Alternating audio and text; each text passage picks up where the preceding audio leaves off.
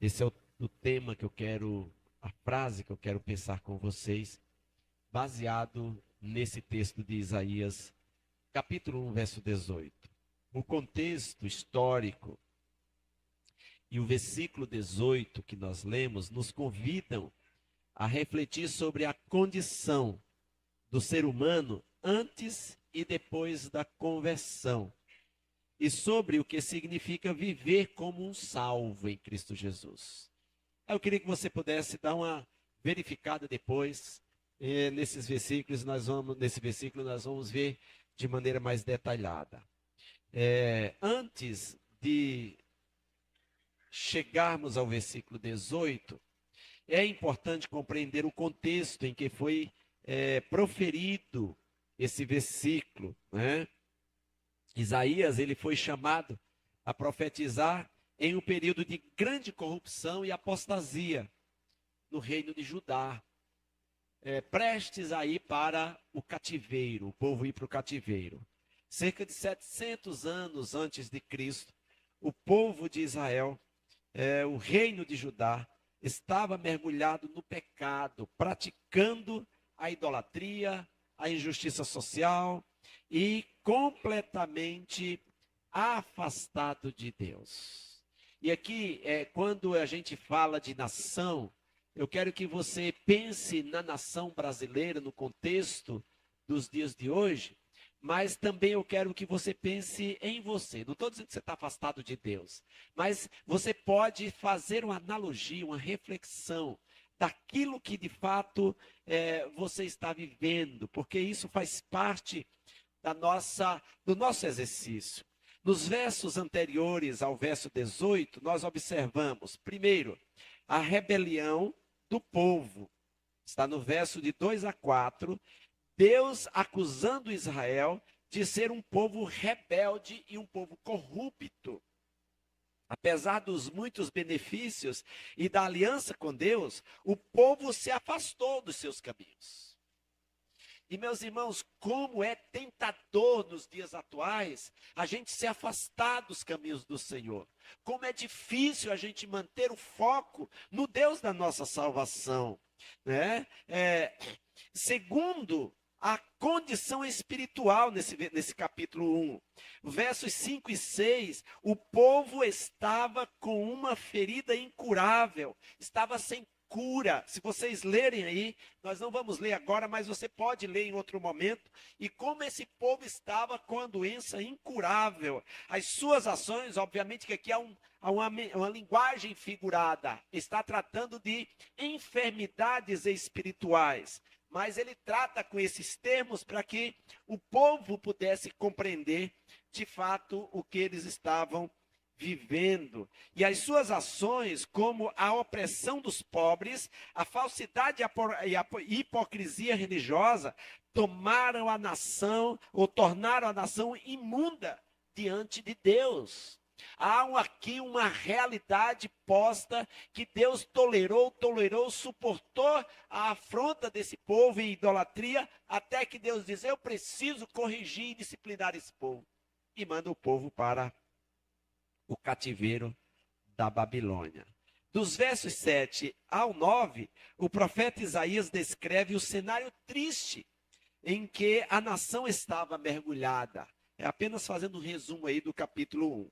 Certo? A partir do verso 10, Isaías descreve como o povo estava prestando culto a Deus e a reprovação desses cultos. Deus dizendo, eu não aceito o que vocês estão me oferecendo.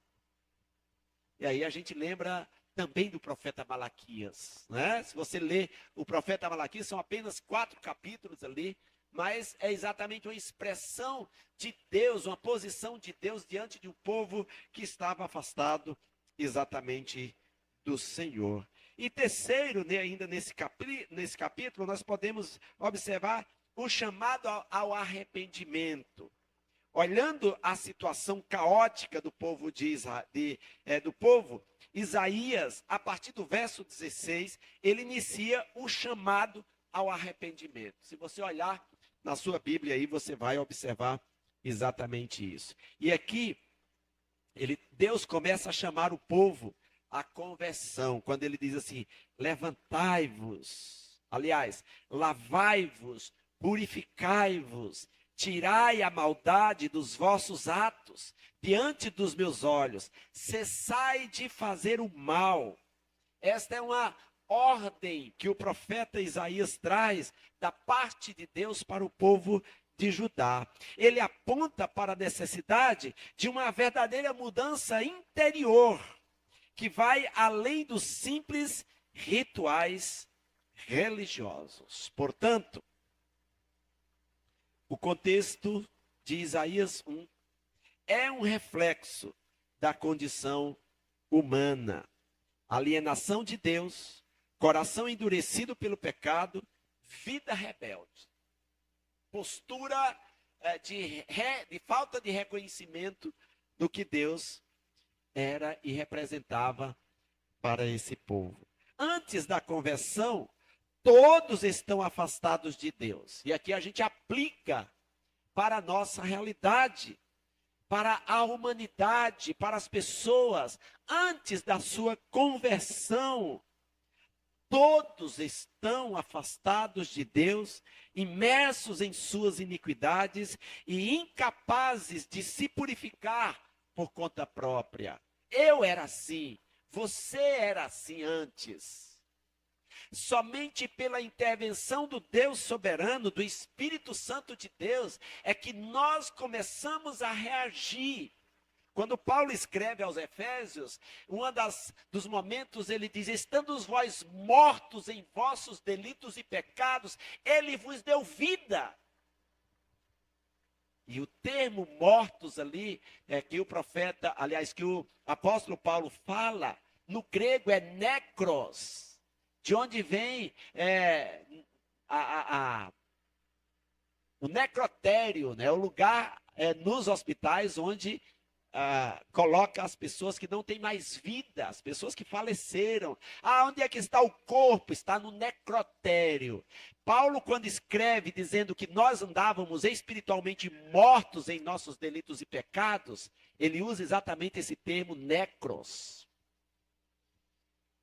E aí, meus irmãos, a conversão, ela vem pela ação de Deus na vida da pessoa que espiritualmente está distante dele. O verso 18, porém, ele contém um convite maravilhoso de Deus à purificação e à restauração do ser humano. Olha que coisa maravilhosa.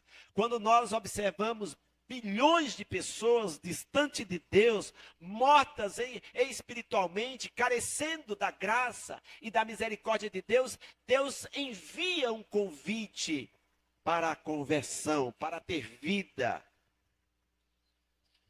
para a restauração de um relacionamento com Ele. É uma das passagens mais poderosas que revelam o amor, a misericórdia e a disposição de Deus em perdoar, mesmo diante de um povo infiel e rebelde. Esse convite que foi feito pelo profeta ao povo de Judá é um convite que vale para os dias atuais, vale para as pessoas que ainda não abraçaram a fé em Jesus. E é sobre este verso que eu quero pensar com vocês nesta noite, sobre o verso que nós acabamos de ler. Vinde, pois, e arrazoemos. E em outra versão, vinde, pois, e façamos aí um acerto de conta, uma conversa. Nós vamos ver isso para frente. E eu quero, em primeiro lugar, a partir desse versículo, destacar a condição do ser humano antes da conversão. Antes da conversão. O texto diz: ainda que os vossos pecados sejam como a escarlate. É a parte A do versículo 18.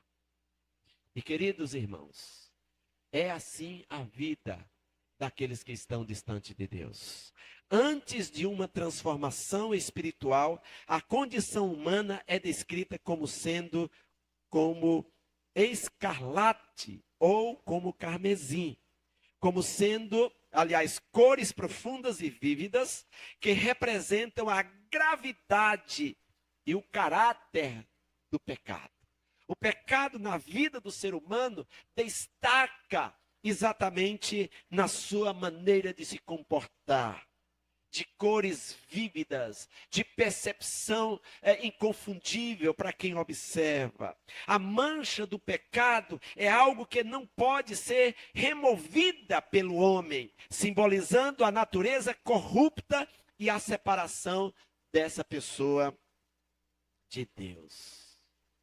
E aí nós precisamos, como igreja do Senhor, nós precisamos, como discípulos de Cristo, olhar para tantas e tantas pessoas e observar que elas precisam da graça e da misericórdia de Deus. E como a Lana falou aqui na hora do louvor, de graça recebei, de graça dai, disse Jesus. A gente não pagou nada para ninguém falar de Jesus para nós. A graça de Deus foi derramada sobre o nosso coração pelo Espírito Santo de Deus e nós não pagamos por isso.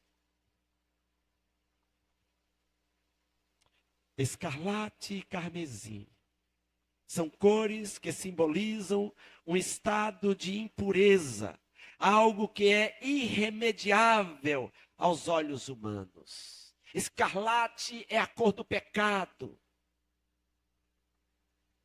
da impureza, da mancha, que afeta a alma do ser humano e afasta este da presença de Deus, de uma vida de santidade e da presença do próprio Deus. Neste estado, nenhuma obra ou esforço humano pode limpar uma alma manchada pelo pecado. Eu costumo dizer aqui, os irmãos vão lembrar, quando ministrando a ceia do Senhor, geralmente eu digo para vocês, não há nenhum elemento químico que possa tirar a mancha do coração do ser humano, da alma humana, a não ser o sangue de Jesus Cristo. O sangue de Jesus nos purifica de todo pecado, diz as Escrituras. Neste estado, o homem, por mais que tente, não consegue alcançar a pureza exigida por Deus. Olha o que é que diz Isaías 64:6. Diz que todos nós somos como o imundo, e todas as nossas justiças como trapo de imundícia. Todos nós murchamos como folhas, e as nossas iniquidades, como o vento, nos arrebatam ou nos distanciam da presença do Senhor. E meus irmãos, a parte A do verso 18 reflete a verdadeira condição do homem sem Cristo Jesus no seu coração. Nós precisamos, como discípulos de Jesus, pensar mais sobre isso. Nós precisamos trazer a evidência no nosso discurso, na nossa maneira de se comportar, de falar. Perceber que muitas pessoas ao nosso redor estão distantes de Deus, estão afastados de Deus, estão em trevas espirituais, e elas são incapazes de se salvar pelos seus próprios meios, pelos seus próprios rituais. É impossível purificar-se por esforço próprio. Eu costumo dizer que a palavra mérito, ela cabe muito bem no sistema capitalista, mas jamais cabe no sistema do reino de Deus para a salvação. Porque não é por mérito próprio, não é por capacidade intelectual, não é por habilidade e sabedoria humana que as pessoas são transformadas, mas é pelo poder salvífico de Jesus. Então, nessa primeira parte, na parte A do versículo 18 de Isaías 1, mostra a condição do ser humano antes da sua conversão. Nós agora vamos ver, em segundo lugar, A condição e o chamado ao arrependimento. É interessante que esse Deus é tão especial, ele é tão maravilhoso, que ele olha a condição humana, do ser humano, que está com a sua alma manchada, com pecado, vermelho como a escarlate. Aí ele oferece. Aí a parte B do verso 18, ele traz exatamente um convite de oferta, de salvação, de redenção. Ele diz: vinde então e vamos discutir, diz o Senhor. O profeta Isaías chama o povo a um arrependimento. Vamos conversar. E aqui Deus faz um convite irresistível e cheio de misericórdia. Vinde então e vamos discutir. O termo, querido, discutir aqui não deve ser visto, não pode ser interpretado como uma discussão de confronto, para saber quem é mais forte, para saber quem é mais resistente, para saber quem é que vai vencer. Não é assim. Mas como uma oferta de perdão. Vamos discutir. É mais ou menos Deus chamando o ser humano para uma conversa na mesa. E ele oferta, diz: meu filho, você está numa condição complicada. Eu quero te oferecer algo novo para você. Eu quero te oferecer vida nova. É como um presente para que o homem se arrependa e venha à presença de Deus, reconhecendo a sua incapacidade e recebendo a purificação. Ah, meus irmãos, nós precisamos chamar aqueles que não conhecem Jesus como Salvador e Senhor, para a gente discutir acerca da condição espiritual dela. Nós devemos ter desejo que as pessoas compreendam a proposta de Jesus ter vindo ao mundo. Nesse sentido, nós temos a iniciativa de Deus para o arrependimento humano. O convite é de Deus para discutir ou argumentar, né? É uma demonstração da sua graça. Esse convite para tratar dessa questão do ser humano é para Deus mostrar o seu favor imerecido para nós.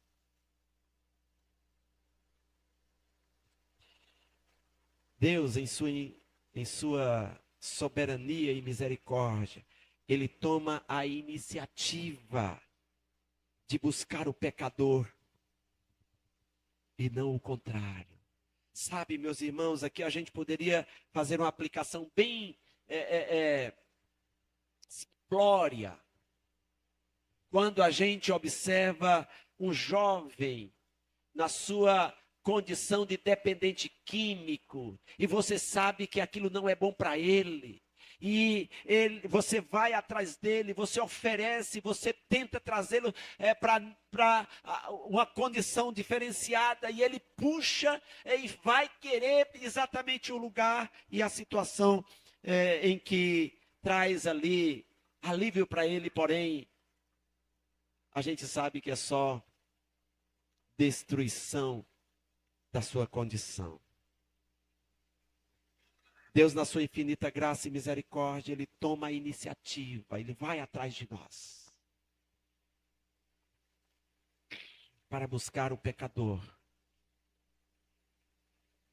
para o arrependimento.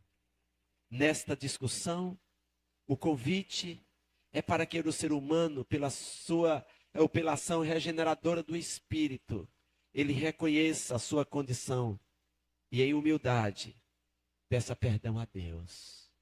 Sabe, meus queridos, nós precisamos, como igreja, e aqui entra a ideia do projeto Manancial, de proporcionar, levar a mensagem de Jesus aos ouvidos das pessoas, na expectativa de que o Espírito Santo trabalhe na alma delas e elas possam reconhecer que precisam de Deus. O pecado é reconhecido e com arrependimento genuíno, a pessoa se dispõe a ser purificada por Deus quando o Espírito Santo trabalha. Diante disso, precisamos reconhecer que a conversão começa com uma ação divina e nunca com a ação humana.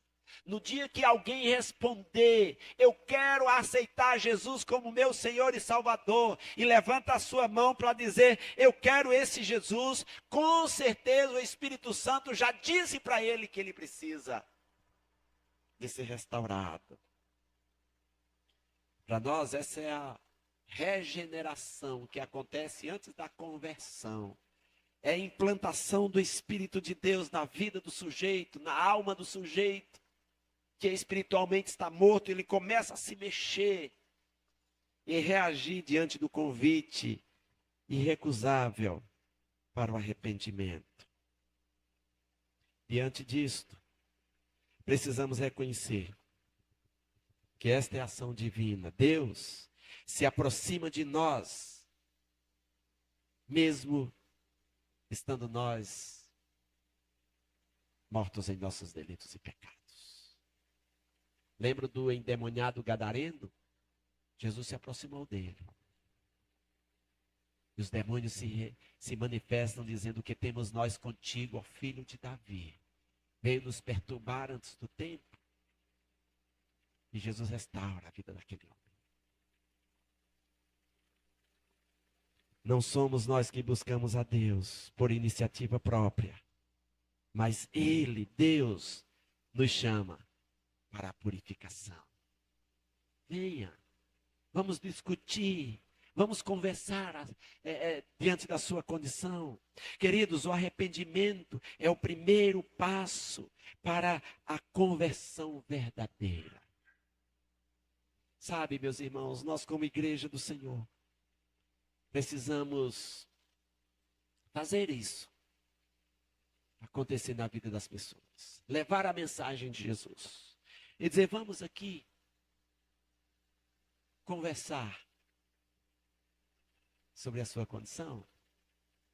É interessante que João 3,16, aliás, o verso 17, diz que Jesus não veio para condenar o mundo.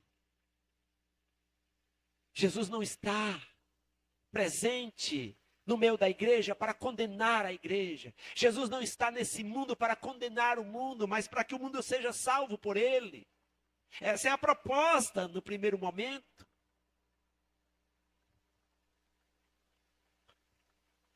Ele está dando oportunidade ao arrependimento e à confissão. Por isso que ele convida para a gente pensar no que temos feito.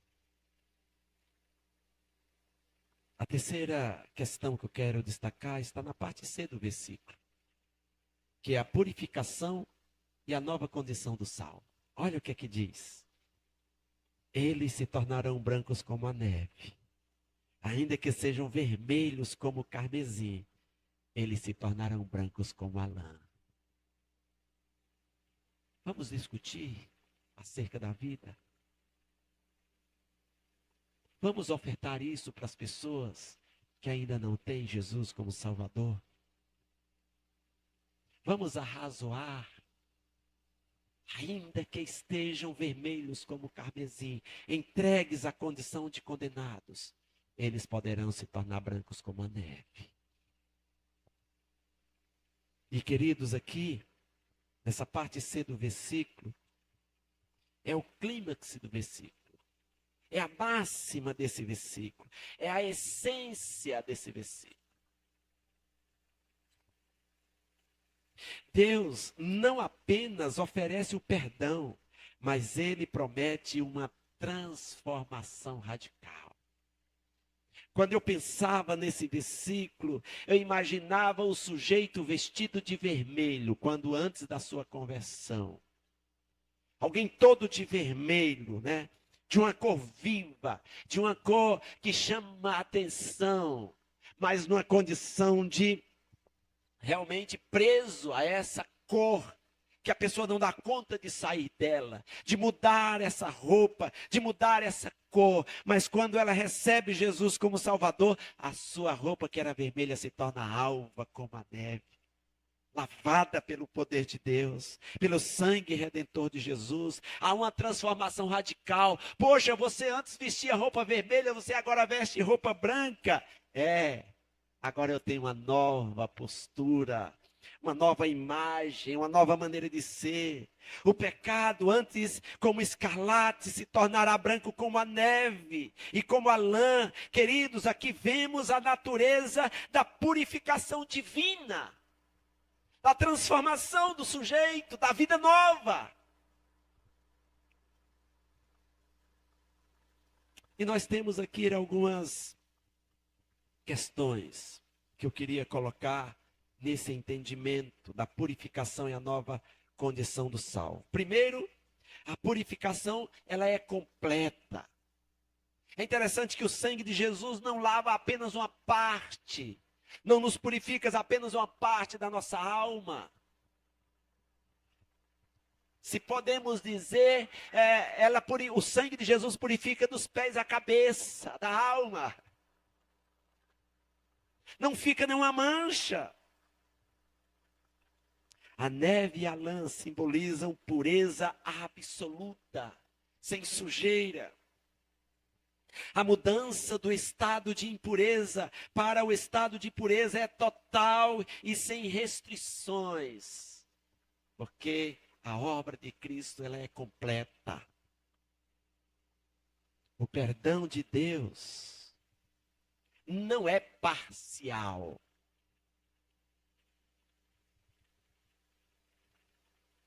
Ele apaga completamente o pecado na vida da pessoa.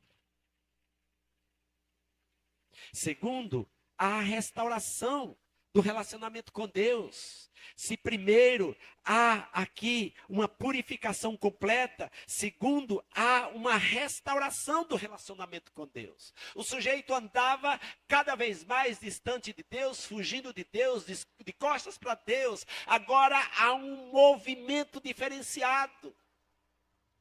O arrependimento é exatamente reconhecer o pecado e mudar de rumo, mudar de rota. Ser transformado por Deus é pensar diferente. A purificação traz consigo a restauração do relacionamento com Deus. O homem agora pode viver em comunhão com o Criador, sem a barreira do pecado atrapalhando a sua relação. E se a primeira característica aqui de uma purificação nova traz a purificação completa, e se a segunda traz a restauração do relacionamento com Deus, há aqui também uma terceira característica nesse sentido, que é a nova identidade na vida da pessoa. Queridos, o salvo em Cristo Jesus recebe uma nova identidade em Cristo Jesus. Ele não é mais escravo do pecado. Ele agora é filho de Deus. Ele agora não é mais dominado pelos demônios. Ele é conduzido pelo Espírito Santo. Isso faz toda a diferença. Aquilo que ele amava fazer, que era pecado e que estragava a sua vida e as suas relações, agora são deixados de lado. O seu desejo é falar, é pregar, é ministrar exatamente as verdades, é encher o seu coração exatamente das coisas boas que a palavra de Deus traz. Tudo aquilo que é puro, que é verdadeiro, diz o apóstolo Paulo. O salvo recebe uma nova identidade. Não mais ele é marcado pelo pecado, mas agora ele é coberto pela justiça de Cristo. Ele agora é selado pelo Espírito Santo da promessa. Ele agora é chamado filho de Deus. Ele agora é adotado na família da fé. Ele agora vive em novidade de vida, porque as coisas antigas ficaram para trás. Meus irmãos, que maravilha é viver na perspectiva da eternidade com Cristo Jesus. Nesta condição, o ser humano, após a conversão, não permanece mais nessa condição de escravo, de miserável.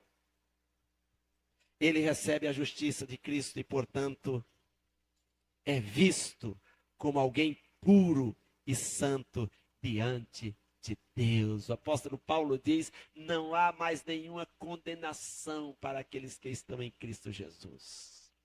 Romanos capítulo 8 diz: quem os condenará? É Cristo quem os justifica. Se o próprio Deus, se o próprio Jesus que morreu por nós não tem motivo para nos acusar e para nos condenar, quem vai nos condenar? A novidade de vida em Cristo Jesus. A vida do salvo, ela é transformada. Ele agora vive para glorificar o Senhor. Ele não está mais sujeito às imposições deste mundo, às ideologias que levam à perdição, às propostas que trazem exatamente angústia na alma e morte eterna. Pelo contrário, há uma vida dominada e governada pelo Espírito Santo de Deus. E meus irmãos, para encerrar, o convite de Deus é para todos. É interessante a gente pensar nisso.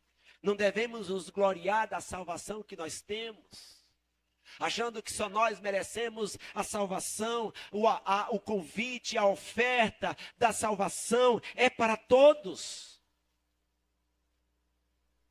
Talvez você que de fato ainda não tem Jesus como seu Salvador, talvez você diga: eu não mereço ir para o céu. Você de fato não merece, mas Jesus ama você e pode te salvar e pode te restaurar.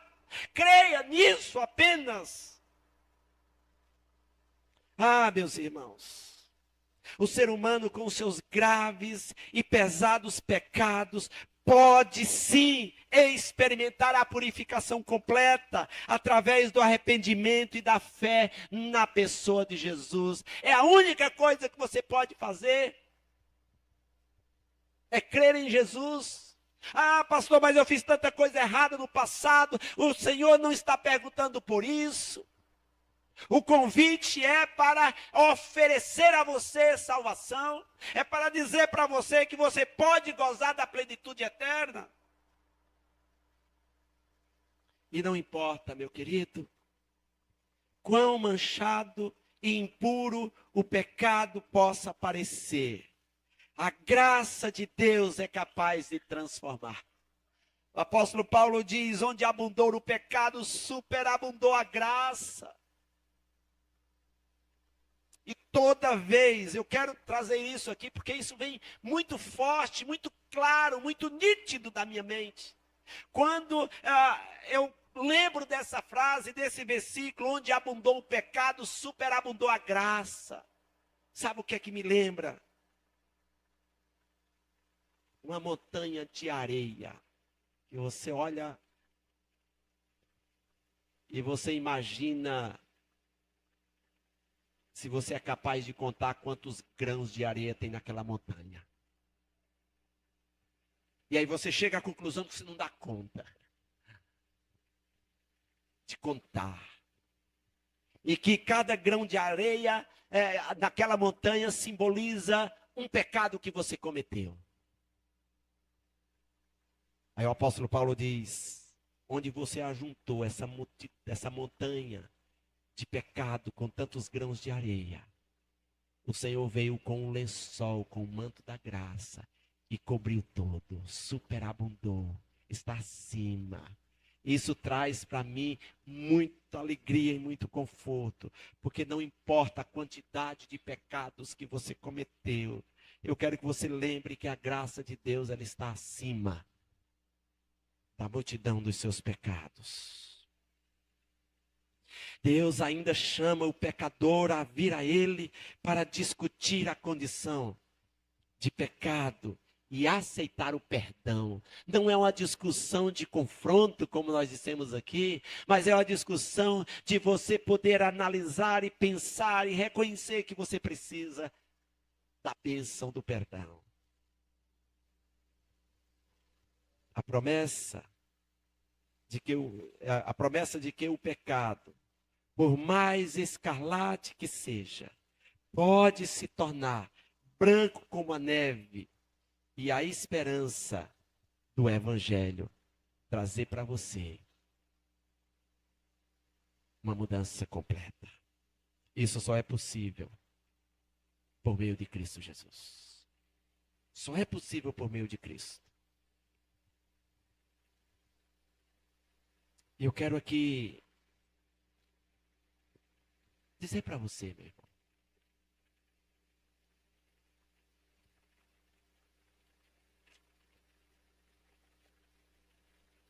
Você pode experimentar se você ainda não experimentou isso. A graça de Deus, o Evangelho de Jesus, o convite dele é ofertado todos os dias. Não deixe passar. Sabe, porque nós vamos dormir hoje e nós não temos certeza e convicção de que acordamos amanhã.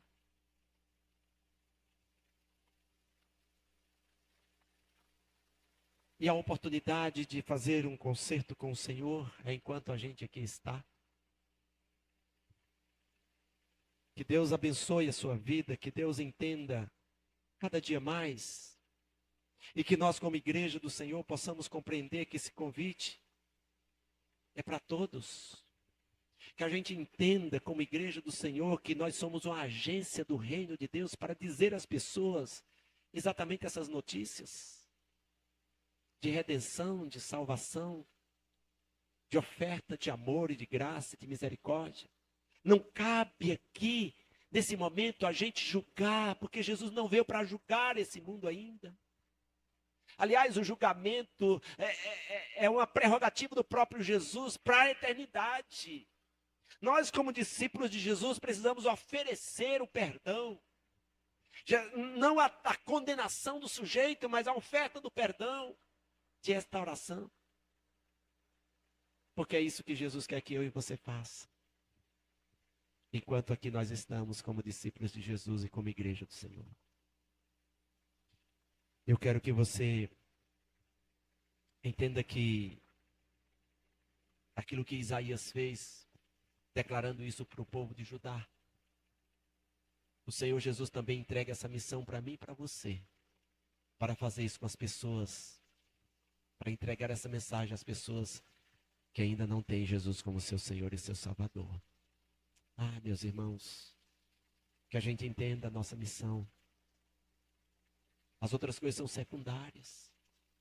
As outras coisas são secundárias. Sabe, queridos, eu tenho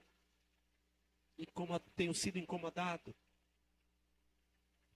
de dizer exatamente o seguinte: eu não quero fazer as coisas nesse mundo que afronte o meu Deus. Pastor, mas isso é bom para você. Bom em que sentido?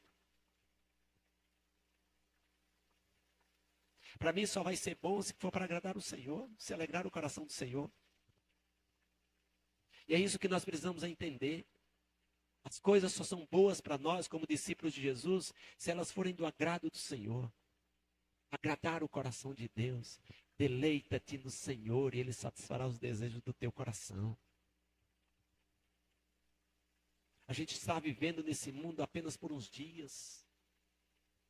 O Senhor nos chamará para viver eternamente na presença dEle. Nós já fomos abençoados com toda sorte de bênção espiritual em Cristo Jesus. As mazelas deste mundo, todos nós estamos sujeitos a passar e a viver. Devemos cuidar, sim, devemos amar o Senhor, devemos viver como discípulos autênticos de Jesus, devemos cumprir a nossa missão de chamar as pessoas para conversar sobre a sua condição diante de Deus. Vamos orar ao Senhor? Não sei como está você, eu não sei se você tem alguém que precisa apresentar diante de Deus. Não sei se o seu coração quer de fato discutir com o Senhor sobre isso. Se porventura isso existe no seu coração, diga para o Senhor: Senhor, eu quero conversar, eu quero entender, eu quero caminhar diferente. Eu quero viver para a tua glória, eu quero ter uma nova identidade, eu quero viver para a honra e glória do Senhor. Deus vai fazer diferente a sua vida. E meu irmão, minha irmã, se você, sendo salvo em Cristo Jesus, você tem alguém que você quer que seja transformado, coloca diante de Deus a vida do seu amigo, né? Do seu parente, para que ele possa um dia ouvir o convite de Jesus para discutir acerca da sua condição. Pense sempre nisso. Não queira ir para o céu sozinho. Queira levar o máximo de pessoas que você pode. E nós precisamos, como igreja do Senhor, viver de maneira diferenciada. Porque Ele nos chamou para viver assim. Vamos ficar em pé? E se você quiser colocar diante de Deus pessoas, entes queridas que você tem, que precisam de redenção e salvação, eu peço que você ore ao Senhor nesse momento por essas pessoas. Pode ser 1, 2, 3, enfim. Quantas pessoas você tem aí, você pode apresentar diante do Senhor para a transformação de vida. Deus pode ouvir sua oração. Coloque essas pessoas diante de Deus, para que elas possam discutir com o Senhor. E aí Deus vai prover alguém para falar de Jesus para essas pessoas.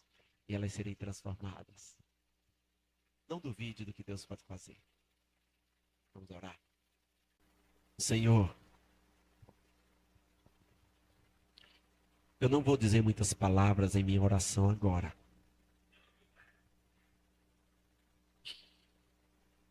Eu só vou pedir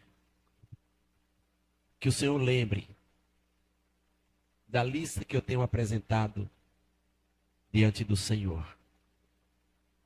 Das pessoas que precisam ouvir o convite de Jesus para discutir acerca da sua condição.